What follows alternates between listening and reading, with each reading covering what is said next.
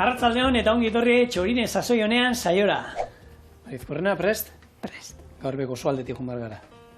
Ea zer dioten dietistek eta nutrizionistek? Beraiekin komendatu ondoren, etarri dut gaurko errezeta. Ditu nien, Andrea, hau ondo iruditzen nahi, inongo arazoikaz gaina pasa errezeta gu gure ikastarotan da emango, baina, hori gero kutziko. Lehen bizi errezeta. Zer indar du? Arroz esne karamelatua, kiwi eta laranja konpotarekin. Ondo iruditzen zaizu. Sasoiko zerbait, kiwiik, laranjak, konpotan zerbait berezia ingo dugu, oin arte hemen nik sekula ez dudan nahi. Eta, konpota hau errezaldera ingo dugu. Ingo duna kiwiak, gure txekuak, hauek. Zuritu, laurdenetan moztu, eta katilu batean, laranja ere zuritu, kendu ondo azal zuri guztia, atara atal guztiak, ara bai, gero orejoia dauzkagu, aranpasak, panela azukrea, 30 gramo, eta hori 75 gramo moskatela. Ui dana katiluan ondo nasi, eta labera jungo da 200 gradutan ordu erditxo batero. Arroz esnean nola ingo du? Bakarai batean egiten zen moduan. Hartu lehenengo ingo duguna da, uretan ireki ingo du arroza bera bakarrik, kanela adarrarekin eta vainilla adar batekin, irikita ondo, eta bere pinporta guztiak atarata, bere esentzia guztia barrutik atarata, elizirra badakit ezin duela erabili, orduan elizirra utziko beste egun baterako. Izarra hutsa. Izarra hutsa. Ostra! Bere izarra hutsa gartu botako dugu hor. Eta ura zurgatu duenean, ur guztia desegingo hau, lurrunduko zaigu, txupatu ingo du berak, dauzkagula hemen 200 gramo ur eun arrozana, esnea beroa izango du, eta bota ingo diogu dena. Utziko du ordu erdi 40 minutu hemen irakiten denbora guztian eragiten digun bitartean, eta azkenengo 5 minutuetan, arroz esnearia badakizue, bukaera mota berzaio azukrea. Utziko beste 5 minutu, eta listo. Bata beste ondoan zerbitzatzea. Bai ingo duna, gero, sopletearekin, karamelatu. Arroz esneari ingo dugulako krema katalanan antzeko zerbait, azukrea botako dio gainetik, eta horre beste puntu bat emango dio. Aztu izek, kardamomo hasiak erabiliko ditu, konpotari botateko baita. Orduan, lehenengo eta behin, arroza martxan. Hortabako esan dakoa, ura, 200 lapikuan, eta arroza. Nik arroza normalean, batzuk aldetu iten dute, nik uste gehiena badakitela, baina bomba erakoa, erabiltzen dut, hau lodixoa, gero botako dugu fekula gehiago berea almidoia, eta orduan krematxo bota usten digu. Arni luzea, ez da inoiz ikusi duan norbait, arroz luzearekin. Besterik ezean, seguro ona geratuko da, ez da geratuko hain krematxua. Horretik, izango da jendea esnea bere horretan likido gustatzen zaiona. Bai. Nire zai egiten zaite, irudikatzea. Baina, bate baino gehiago seguro etxian hartu, osgailu iriki, pun. Zer daukat, legunean, gure lankide maitagarri honek, horrek. Bizkotxoa inzuen eta hemen zegozoa dana, inzuen soberakin. Hartu eta irina pixkat zeukak, eta hor zeukanean ekotaloko hartu irin pixkat, haixebe bota, arekin katilua, neurria esan hori, 3 katiluka da, bestait. Bi zien irin normala eta 3 hartuarena, eta oso goxoa hor zen. Eta dauenakin. Beti izaten duena. Orduan, kanela adarra eta vainilla. Azken aldin, esentzia eta erabili dugu, hau da, vainilla adar bat. Vainillak, garestia da, baina egia esan gero behin baino gehiagotan erabili alda, Iten dana da, erditik ireki horrela, eta baina irikitzen dugunean, normalean vainilla izoskiak eta ikusten ditugunean, holan pinporta beltz batzuk izaten ditu, ez? Pinporta beltzak, horiek dira hauek. Orain hemen atako izkon, hauek. Hau da, ikusten duzu, Eta hau da... Neuk zei bat, hau barrura, eta gero kanela, vainilla, inalduguna bertara, eta gero garbitu, eta hau azukretan sartzen baitu adarra hauek, azukre horrek vainilla zapore hartuko dugu. Orduan, garestia da, baina, nik egun batean ikusten, aipatu genuen hemen bere prozedura nola dan vainilla adarrak hauen lortzeko, eta oso luzea da fermentazioa darama hor, eta hilabetetako lana da, orduan, baduka bere zergaitia. Bai. Lehenengo errezeta esan ez du, baina bigarren? Bai. Zuk aipatu dituzu, dietistak emoztuko ditutela. Durango nizien gara, honekin. Honekin 5 urte egin ditu, honekin nortzu dira, Naia eta Andrea txorienen izan genituen, duela 5 urte, beraie hasi zirenen bere proiektuarekin Durangon, beraien nutrizio zentroarekin, hor jarraitzen dute, oin egoitza tokiz aldatu dute, berritu indute, sukalde batekin eta bueno, bertan izan gara, eta ikusiko dituzu, bideoa ze kontatzen diguten, baina benetan, bueno, bikote aparta, interesgarria eta oso langilea. Txak. Gazte jendea. Bai, ostra, hauek, eta 2 urtekin hasi ziren, sartu ziren hor, bueno, esan dakoa, horre alkilerrat ez da izer bilagun, eta herri ez ezaguma, ez dala zu amezketako esat, amezketan zerbait montatzen duzu gero, eta ezagutze zaitu jendiak, eta juningo zaizu, ezaguna dalako, ez. Jun, ondokoa, honek arrasatero ingurukoa die, eta jun Durangora, inok ezautzen ez duen tokira, eta zerotik hasi, eta bueno, hau zagokoak. Baina hor batzutan eta askotan gertatzen da erderaz badao esanera bat, nunca serás predicador en tu tierra. Eta askotan hobe. Baina tira, etxekoa eta ingurukoan gandik batzutan, eta gehienetan tamalez, baina tira. Hau ez, hau jarri dut vainilla, kanela, eta arroza eta ura. Honek irakingo du, eta iten zaigunean, lehortzen zaigunean, esnea botatzeko. Oin jungo izena da, esnea berotzen bitarten. Bota. Bueno, arroz esnea berdintxu, etxean ja ez da iten, eta birek kanpora joan behar da badastatzeko edo ohiture hortan eroriga azken aldi hontan. Jatetxetan aldiz, arroz esnea eskaintzen den bakoitzen, bueno, arrapadakan eskatzen da, eta esaten den bezala, bueno, arrakastatxuena bera. Baina zer dakigu arroz esneaz, noizti da gure inguru honetan, bueno, arroza ekarri zenetik. Ze badakizue arroza behintzat ez dela jatorriz gure ingurukoa eta hau musulmanak ekarritakoa da. Eta arroz esnea gisa edo errezeta horrela ikusi dezakegun edo idatziren bat aurkitzekotan 17. mendekoa da. Beraz, arroza 10. menden ekarri bazen 17. edo ez dago olako lehen idatzirik errezeta honi dagokionez. Eta gehiago, errezeta hau nun azaldu den edo nun idatzi zen Salamankako unibertsitatean. Bertan, Salamankako unibertsitateko ikastetxe nagusiko sukaldariak idatzi zuen. Beraz, antza ara ikasta joaten zienak, eharki gozatzen zuen. Bestia esaten zen, nola esan? Bueno, bai, gutxi gora. Ez que hoi Salamanka etorri zei, eta esan, bueno, bai. Salamankara... Gutxi gora, bera, hortaz gero arituko ga, baina, bueno, hemen aipatzeko beste bitxikeria bat, garai guztitan edo, hau, errezeta sortu bazen sortu, ez da beti izan behi esnearekin. Zeren eta hor, guk ezagutu ez du nolakoak faktore edo aldagai bat izan zen, eta da, Eliza jarritako vigilia veganoa. Zergatik veganoa? Bueno, arrautza eta esnekiak debekatuta zeudelako, guain 100 urte arte gutxi gora bera. Beraz, garai hartan almendra edo arbendola esnea erabiltzen barkatu, edaria, edo beste edari vegetalen bat. Beraz, gaur-gaurkoz, esaten norbait baldin bada aldarrikatzen duenik, veganismoa gaur egungo olako moda bada, toteria bada, ez. Aspaldikoa eta inposatutakoa, ezarritakoa dena delakoa, baina bizitutakoa azken finean. Bueno, kiwiak, esan dako, etxekoak, kiwiak zuritzen, ni gogoratzen naiz txikia, gaztetan ero, nire lehenko kiwiak, ez da, amapikuaz. Ezagutu genituenean, kiwi erakutsi ziguten, erditi moztu, eta goiara batekin jan berzala.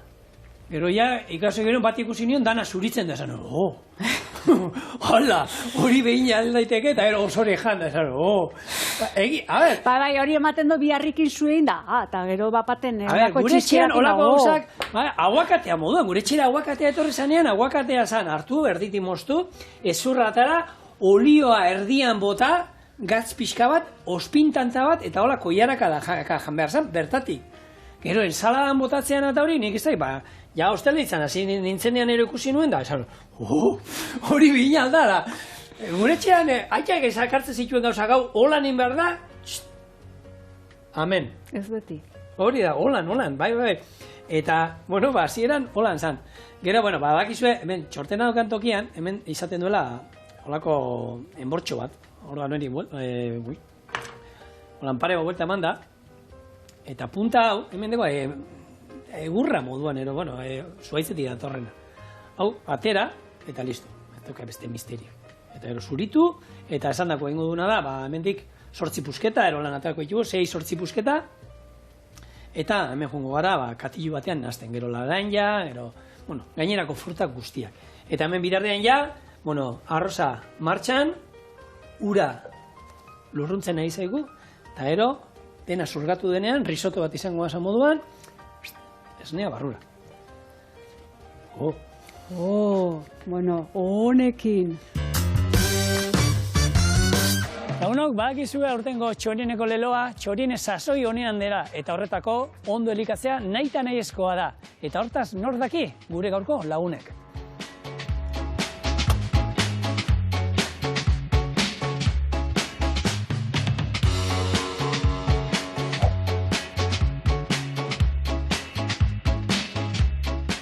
Andrea, naia, lehen galdera erreza, zer da honekin? Honekin da nutrizio zentro bat, gu gara nutrizionistak, dietista nutrizionistak, eta gure lana da jendeari erakustea nola elikatu behar garen osasuntxu egoteko eta pertsona bakoitzan helburura egokituta, ez? Ikenduna da beti norberan kasu aztertu eta bere ohitura, patologiarik dauen eta guzti hori aztertuta prestatzen du pertsona horrentzat plan personalizatu bat. Eta guzti hau nozaz izan, zenbat, ja urte batzu baderi, ez? Nola batu zinen, eusen hasi izan? Iz esan da kasualidadez. Haindala 5 urte hasi ginen, unibertsitatea bukatu, 22 urtekin, lana topetan, eta kurrikuluma botatzen leku desberdinetara, eta topago bene menturan gonzentro bat, autonomo moduan lana itxea eskatzen zariena, eta kasu honetan ni bilin ditzen hemen topetan, eta zena, autonomo moduan jartzea, zehozea zabaltzea nik bakarriko 22 urtekin, pur bat, orduan zena, Andreakin karreran ezagututa eta beti ondo eruen izan itzenez, proposatu nutzen Andrei, eta bisok hasi ginen, erabaki gauen, eta izan zen, basieran, txorrada, kakotxen artean txorrada moduko horrekin astea, probetako, eta gaur arte. Azkenean joan gara leku desberdinetatik pasetan, eta fase desberdinetatik, eta ona heldu arte. Da modurik ez? Ez. Pozik, oin arteko lanakin, eta jendeagatik eta jasotzen duzen, eta gustora.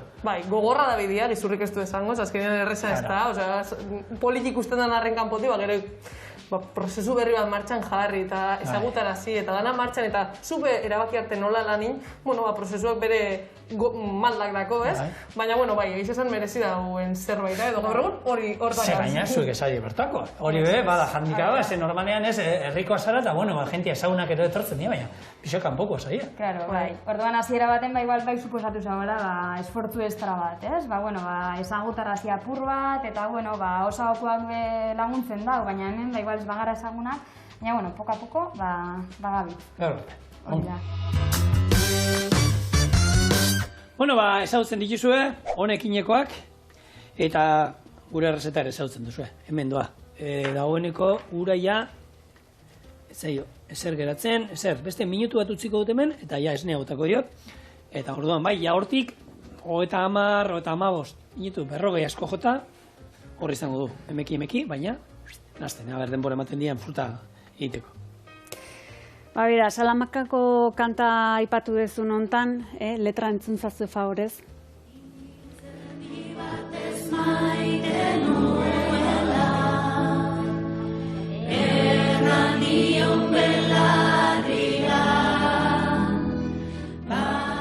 Zemat, dantza intu muka horrekin, arromeriatan da. Ni hori luartzek beti abesten zuen. Eta nola dantzatzen zen, pegau? Aizeako lan, aizea tartetik pasatzen zen.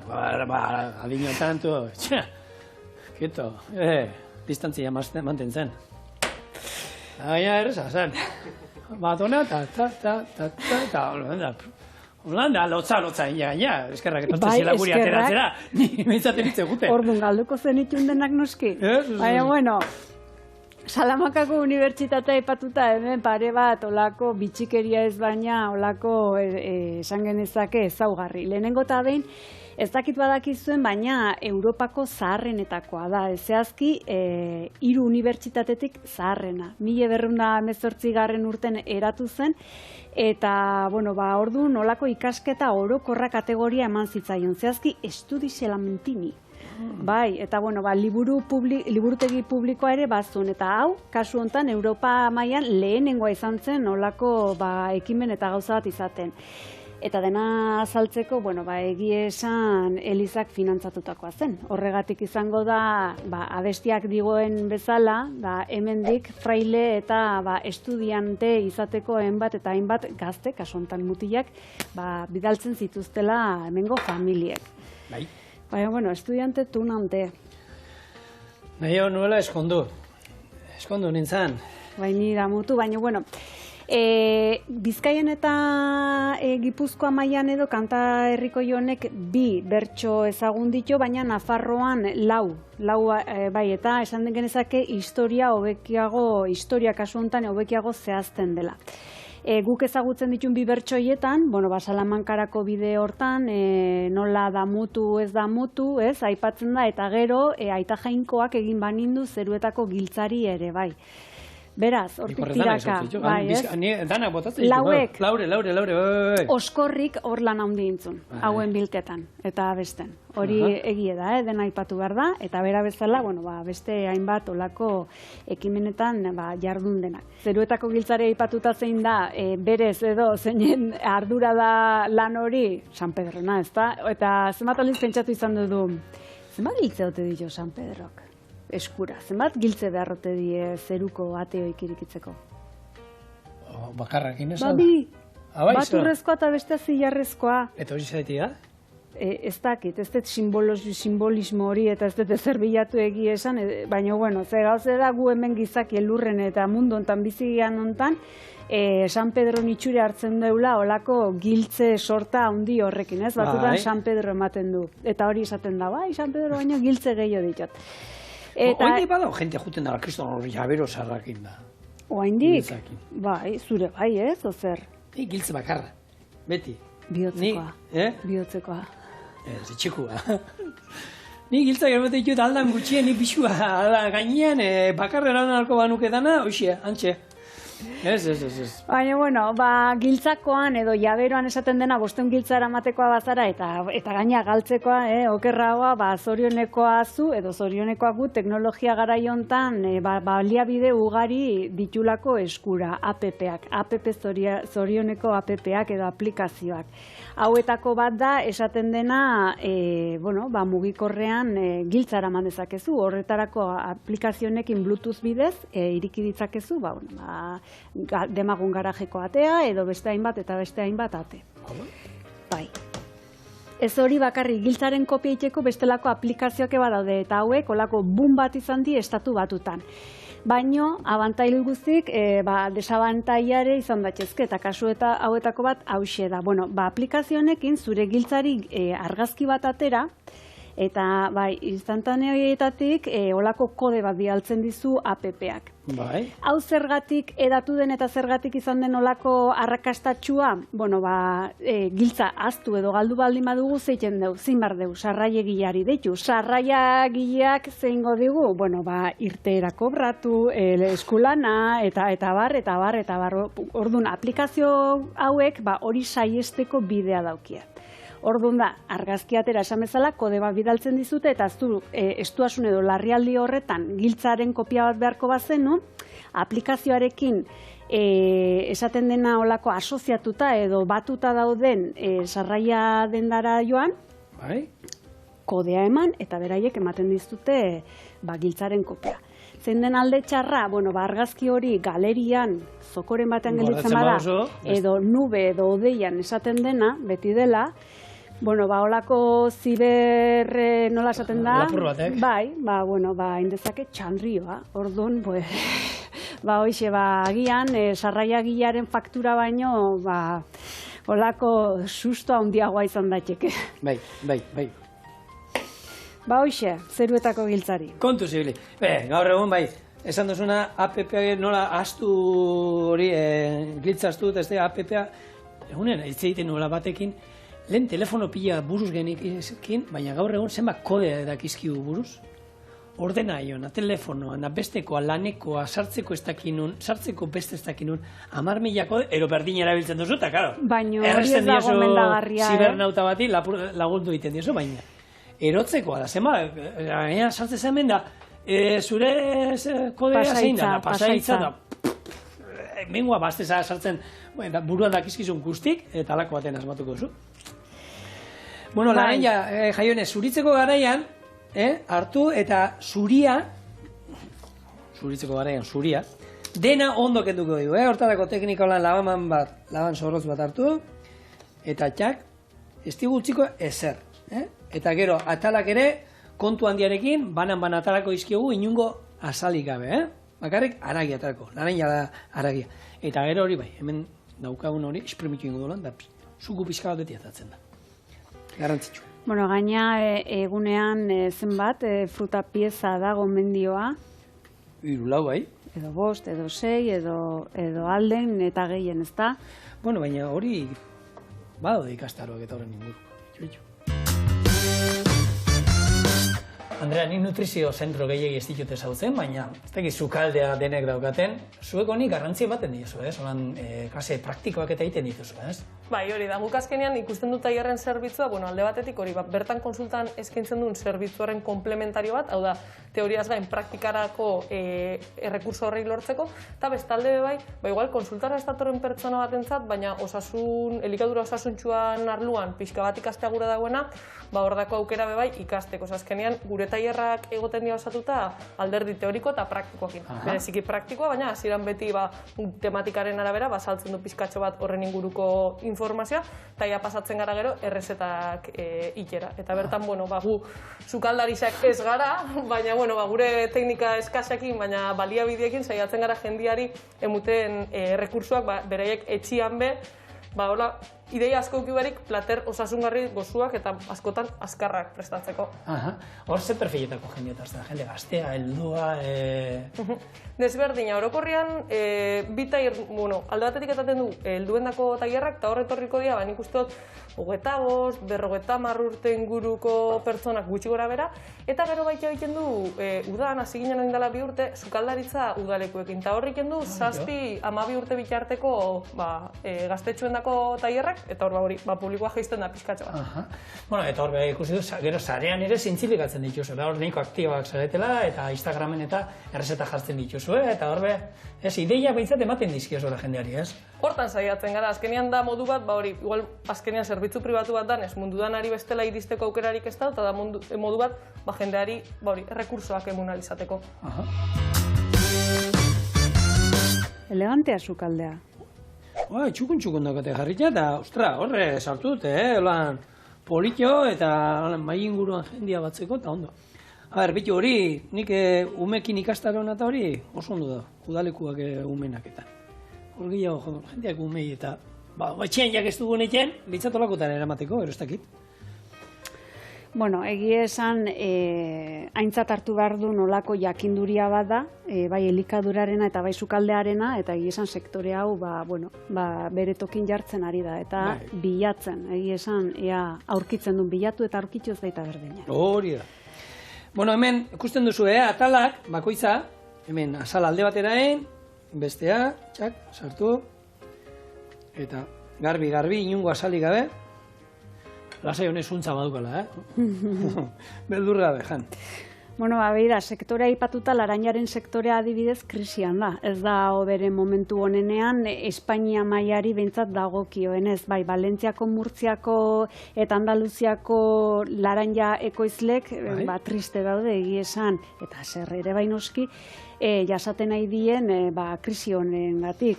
Kiloaz 0,13 zentimo ordaintzen ari zaizkie. Zenbat?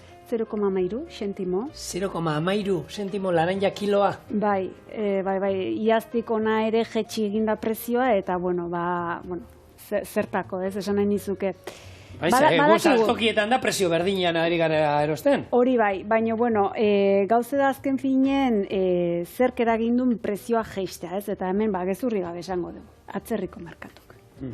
Eta atzerriko merkatuek kasu hontan Hego Afrika da. Orduan, besteak beste 8.000 kilometro egiten ditu Hego Afrikako laranjak guren merkatuerainoko bidean 3 astetan itsasontziz edo ekartzen ditue, eta gero hemen beste hainbat hilabetetan edo saltokitan izateko kamaratan mantentzen ditue, eta bar, eta bar, eta abar. 3 hilabete gutxienez iraun beharko ditu hemen, oskailutan da.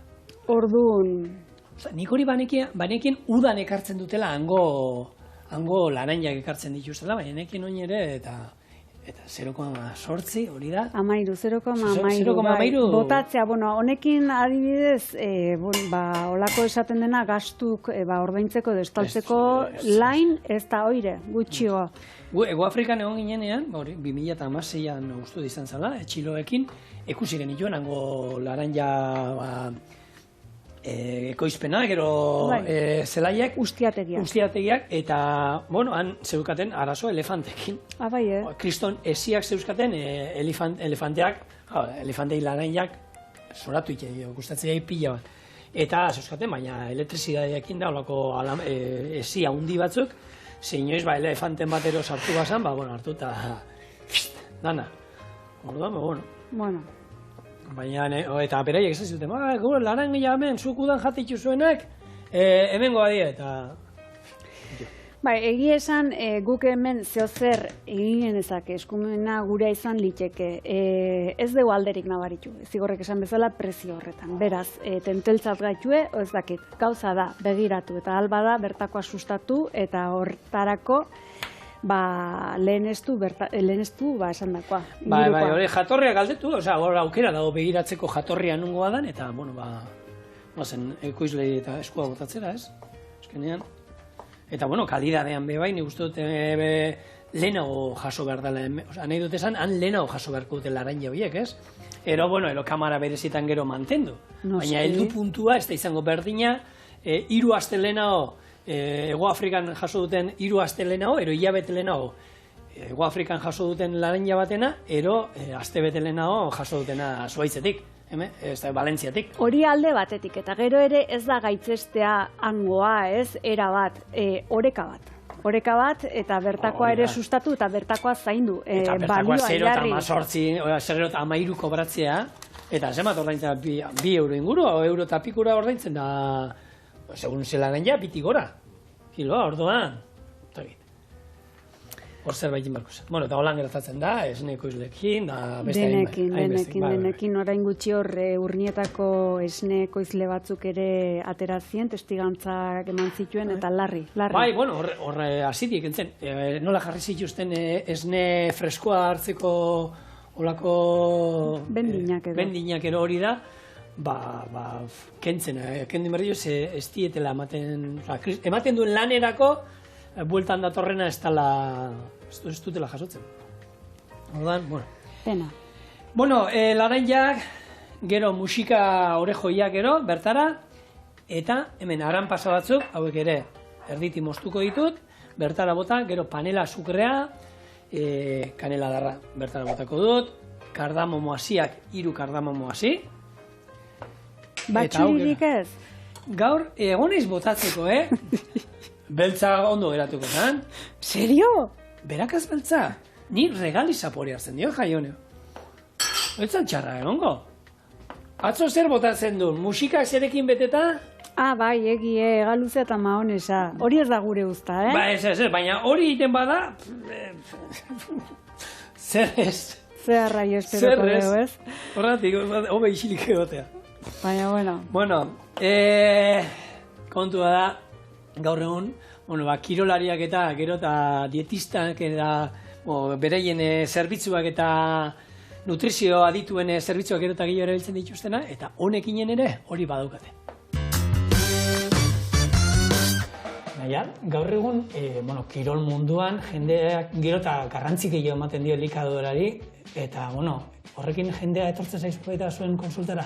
Bai, azkenean gerota gehiago ikusten da, zuk esan duzun moduan, eta helburu berrietako bat izaten da kirol nutrizioan hobetzea, edo, bueno, azkenean jente askok gerota gehiago konpetiruten da, naiz eta ez izan eliteko kirolariak, azkenean karrerak edo bizikletan, edo mendixan, eta errendimendua hobetzea aldera, eta horretaz aparte bai, digestioak hobetzeko, askotan igual, karrera luziak baldin badie ez dakitzu zer jan, edo energia barik gelditzen zarela, edo tripako minekin, edo zuhaitz baten onduan gelditzu beharra azkenean dana ustera, ez? Orduan, claro, horrek danak elikadurakin bezala ikusia dauko, eta askotan entrenamentua edo kirolai jartzen dutzagu bakarrik arreta, errendimendua hobetzeko prozesu horretan, eta elikadura ez, orduan hori oso garrantzitsua izaten da. Eta hor, egiten duen kirolaren arabera, dieta bat ero beste bat izango da. Nahiz eta, ez da berdina izango, harri jasatzaile bat, ero 200 kilometro bizikletan egiten duen pertsona bat, ez? Hori da, bai, guztiz desberdina da, gainera, kontuan hartzen badugu pertsonanak nahiz eta kirolik ezin, elikadura desberdina edo personalizagoa duen bidabiela aurrera, kontuan hartuta, horrein gastu energetikoa zelakoa dan eta egiten da ariketa oso desberdina dela, hartu beharreko nutriente kopurua eta nutriente mota be, kasu bakoitzean oso desberdina da. Azkenean, zuk denbora edo iraupen luzeko proba bat itzen baldin badozu, igual energia gordailuak kargauta eukitzeko prozesu horretan gehiago jarri behar duzu harreta, igual karbohidrato kopurua handitu, eta indar ariketak inezkero, adibidez proteína kopurua handu bai, jarri behar duzu harreta handizagoa. Azkenean dan hartu behar da kontuan, baina gauza bakoitzerako nutriente konkretu batzutan harreta handizagoa jarri da. Eta hor, ikusten duzue, azken denboran, bezero gehiago euskazuela mundu hortatik, ero... Bai, gerota gehiago etortzen die. Batez dugu gehixen ikusten ditugu badidez mendian korrika ibiltzen dienak, bizikletan, eta mota horretako kiroletan ibiltzen dienak, futbolean eta bebai. Baina, bueno, harri jasotzen eta badago baten baina ez hainbeste, igual ez dauzelako hainbeste besta. Bueno... Bagoaz, ikasten? Norbaitek beti galdetzen du. Nun daude haue? Durango azokagunea, liburu eta azokagunea. Bai? Azokagunetik hartu eta oinez, kafe antzokira alde beharrean, bestaldera bota. Tantxe galdetu, Ibai Zabal tabernaen onduan, eta antxe. Honekin. Zena da politia. Honekin. Bueno, horrek bere zentzu dauke, honegin, baino ekin... Baina, hori da, garrantzitsua bereiek esan da. Joku bat. Erakusten diatena, gainera, dietista izatea motza da. Elikaduran adituak eta erakusten diate jenteari jaten. Ondo jaten. Eta ondo jateko lako gauza jamar dira. Bueno, fruta guztia dagoeneko moztuta. Panela azukrea, 30 gramo. Daukazu panela azukrea, daukazuen azukrea, ero holako gozagarri bat, erabili alduzue, baita nahi izan ezkero sirop bat, ero nahi duzuen. Eta, hemen, moskatel txorrota daun bat, horratzean geneukala, azkenenko zute izena ekarri zen duen, moskatela, gu hemen botaztu botatzen. Eta zuek etxenek kina baldin baukezue, kina. Ziur etxen neongoela bandiken kina indezokon baten, kina, ardu goxoa. Bai? Lehen garai baten armairu guztietan eten zena. Ez da, guztu desautu ninikina. Gu ardo gozo saleak eskara izan ditxe. Eta eskara ere. Bueno, labeko erretilu batean, eta labea daukagu 200 gradutan, eta ordu erdian labera jungo. Beira, hor laranjak eta kiwi zatik ikusten ditutela, bakizun zertaz ohartu nahi zen, adibidez, laranja, kolorea da eta fruta da. Kiwia, fruta da, baina bada beste zeo zer ere, kasu honetan animalia bat. Orduan. Zer izan zen lehenengo? Kiwi fruta ero kiwi animalia. Hor, oiuanak inaldarak eta bat inalda. Badoket erantzune. Bai? Bai, badoket erantzune. Txon, ni hau labera sartzean eta bota, esan. Izan zen lehenengoa kiwi izen hartu zuna behintzat edo eman zitzaiona animalia kasu honetan, ez fruta. Frutarena esan nilditeke atzoko gauza dela. Osa, berria dela... Oso. Frutarik kiwi izena eman izana. Bai. Bueno, kiwia guk ezautzen duen frutatxo hau, txinatarra da jatorriz, eta bere izen originala txinatarra da noski. Yang Tao. bere izena Yang Tao da. Eta, bueno, Yang Taoaren azitxoak Zelanda Berrira eraman zienen, garai hartan edo, andere matx txinatarra deitzen zitzaien, grosellero edo groseia txina, esaten dena, ez? Eta gero hori, bueno, pasaden mendeko erdialde hortara, 50. hamarkada inguru hortan edo, kiwi izena eman zitzaion Zelanda Berriko animalia nazionalarena edo esan liteke antzekotasunarengatik.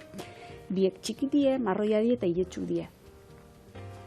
Bitu, baina nik kiwia benetan, dakit argazkitatik eta oinegia da, umekin itzen ditu, ez? Ozeaniako animalia zeintzu dira, Afrikako animaliak, iparpolokoak eta ez da izan. Eta hor, kiwian argazkiak ikusten duzu eta hori, baina tamaina txikia esaten ez dakit esaten dan, erolakoa dan. Txikia bada... Ez dakit. Zu alare, pentsatu ezu adibidez guk Euskaldunok zein animaliaren izena jarri genizaioken olako fruta edo barazkiren bati? Tik-tak. Bueno, badago... Nikazaloreari latxa. Eta honi nola da, dana... Fruta bat badago, oso tropikalero, pintxo moduen ero. Ez dago bat holanda euskala pintxo moduen ero? Ez dakit. Hore morea eta dana holan baina du, trikua, kirigin ero ditu alko den genio. Ideiarik ere, bueno, adibidez, baina bada adibidez berbena. Berbena sendabelarra da eta festa ere bada. Adibidez. Bitu, berbena, honi kalterik etzien ningo. Berbena belarra infusionatzeko eta goxoa geratzeko, zen? Nik eta dosia zein izango litzateke? Zein? Dosia, berbena dosia. Eskukada bat. Eskukada bat. Osto batzuk, ez dakit, gutxura, era? Bueno, askok ez du sinisten sendabelarretan eta berbenatan eta adibidez. Sorginkeria dela esaten du. Eta 21. menden sorginkeriatan edo olakotan sinisten duenik bada, hau da gaitzetxiz, kontuz. Bai? Bai. Serio, zaiz esaten? Serio. Oain hilabetetxo bat edo estatu batutan olako liburu erretze bat edo erreketa bat antolatuzun parroko batek. Baietz. A ber, mota. Esaten dena, ona gurutza. Hartut eskat, liburu batzuk erretzea? Antolatuzun liburu erreketa bat, kasu hontan sorginkeriak zituzten olako liburuk. Tarten Harry Potter edo Crepúsculo. Pentsa. Harry Potterren liburuak erretzeko eskatu zuen? Eta beste hainbat, zutara bota zitun. Bai? Horrez ejan zuen lehenengo. Musika beteta atunak egaluziakin, ero ez ejan zuen? Ba ez dagi, baina antza berak aldarrikatzezuna zen deabruaren influentziak zituztela liburu haiek. Pasak txiribiton. Hoxe, 21. menden gaude, baina bueno. Harry Potter pelikulakoak. Horrek datoz liburuetatik datoz. Pelikulak inzien, lehenengo dator, liburua. Oinarrituta daude liburutan, eta honek esaten zunez, adibidez, bertako pasarte batzutan edo badaude olako arau edo konjuro esaten dena, eta hauek irakurriz gero, demonioa erakartzen zenula, edo espiritu txarrak esnatu, edo dena delakoa, ez dakit, baino, bueno. Horrek ematen dutala gehiago lako, ez da izu, saret, izango dalako apaiz, saretan da holan aktiboitako bat, eta espektakuloa eman nahi, eta... Hau bakizu zer den, hemen txenekarri zut. Liburu erreketak botere politikoek eta erlijioek bideratutako ekintzak dira, betikoa ideologia fanatismoa. Hoxe da. Eta gero, ekarrizu zerrenda bat ere olako liburu erreketana. Bale, arrozesenea, kontu kontari, bideoak diela bai ez da, jaina, azukrea, bukaeran. Zerati botatzen da bukaeran azukrea, bestela itxatzi egiten da, karamelatu egiten da behian, eta itxatzi egiten da. Oin, beste 5-10 minutu hemen izango dugu, eta hau jungo da ja gorputza hartzen, eta aldala, mesedez, arrozesenea epelagan, gutxienez. Ni aldekoan, ere batzu egotza, baina zaporea ez dugu zeigusirik beroa jan, ero egotza. Bota... Azkar baten botako. Azkar baten, venga. Bueno, liburu erreketak historian zehar, eta honek ekarri duna olako historiako zuntxiketarik eta haundinak, esaten dena kultura jazarpena behintzat. Kristo aurreko 3. menden Alejandriako liburutegia errezen, eta uste denez edo hasiera batean 480.000 liburu zituen, eta gerora 700.000 izatera ere iritsi zituen, beraz. historiako kultura sarraskirik handiena bertan gauzatu zen. Jarraian, 1904 urtean Konstantinoplaren konkistan izan zen beste liburu erreketa. Nola ahaztu 1923ko Berlingo Opera plazan naziek egindako liburu erreketa. Eta gertuago 1926 urtean Tolosan izan zen liburu erreketa bat, eta bertan euskal kultura eta euskarazko liburuk errezituzten frankistek. Eta guanik eta gertuago 2003 Bagdadeko liburutegiari su eman zioten arpilatzaiek. Beraz, zigortu talde guztitatik kultura. Bueno, jendia galdezka gongo da hor, zuen zerbitzuak ero nola izan, ero nahi eta nahiz Durangora etorri behar die, o nola egiten duzu lan? Ez, gehien konsultan presentzial egiten du lan, baina eskaintzen du bai online zerbitzua, Skype, Meet edo Zoom plataforma bidez, eta eskainen zerbitzua berdin-berdina da, baina distantzia markatzen dauen, pantaiak markatzen dauen muga horrekin bakarrik. Eta hor, gero jarraipena zela izaten den, ez da izela egiten duzue astero, hilabetero, nola izaten den hor? Pertsonan arabera izaten da. Lehenengo egunetik, lehenengo saiotik bigarnera izten dugula astebeteko epea, eta gero pertsonan beharren arabera izten dugu 2 aste, 3 aste, inkluso badauz pertsona batzuk, gero eta denpora gehiago doia zenean, igual 6 hilabetetik behin etortzen diena, ikusteko zen moduz abitzen, gauza berriak ikasteko, baina hori oso pertsonala izaten da bai. Eta beharran arabera, horrek marketan da maiztasun hori.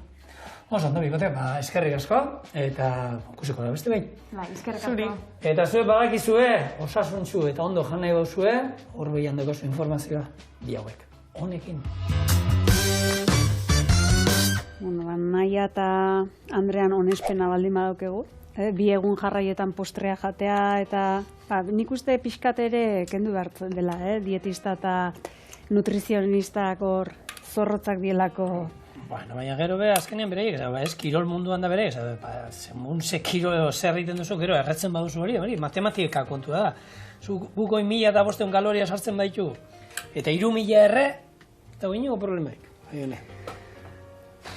Ez? Nik egiaz ez ditote kirolaintzen galduko edo gastatuko 3.000 kaloria. Bueno, euskalo. Bueno, honek ez dauka sekretuik, konpota atara dugu, katillu batetara pasata, eta gero hemen, jaionen naia karamelatuta daukagu. Azukrea botako dio gainetik, olako geruzatxo bat, eta gero, olako soplete batekin, sopleterik ez baukazue, egia esan hau, labean grilla jarrita, baina ez da, oso zaila da, ez da esan karamelatuko. Hor, pala bat bero-berua, olako katxarro batek egiztu, ordan etxean, eta honek ematen dien ikutua, jaion ze, klokolo egiten da? Ez da hitz. Fina indiot, Alberto, badao. Klak, klak. Klak, klak. Hau da, Kataluniar krema bezala. Jak, ni hasi meteke probatzen edo edukazio txarreko. Ez, mesedez, etxien gaude, jaione, Beika, bao. Hori da. Enekien nola jarri aldamenean, ero gainean fruta hor, ez jateko garaien ni bai ingo nukena. Aurrena probatu ezer gabe, arrozesnea zei duitze zaizu. Bai? Bai. Serio? Serio, hasi probatzen bezez.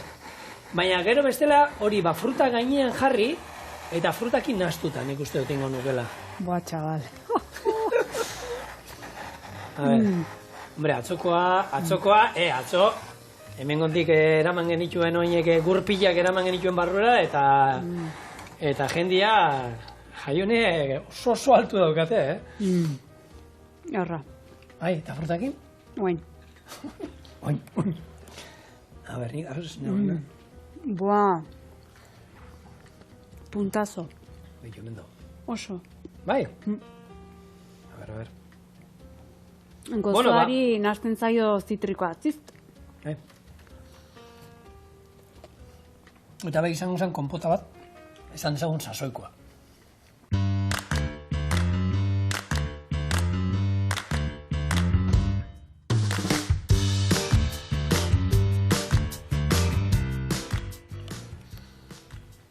Gaur, bihoti amoitzen, beti bezala. Korrena, guztua zailo. Etxeko eramango dizu pixkat, Delicious, ez da pentsature. Bueno, beti bezala, placer bazuek horri izatea, eskerrik asko, pozik bizi, errezeta hau behin, eta bihar... Gehiago...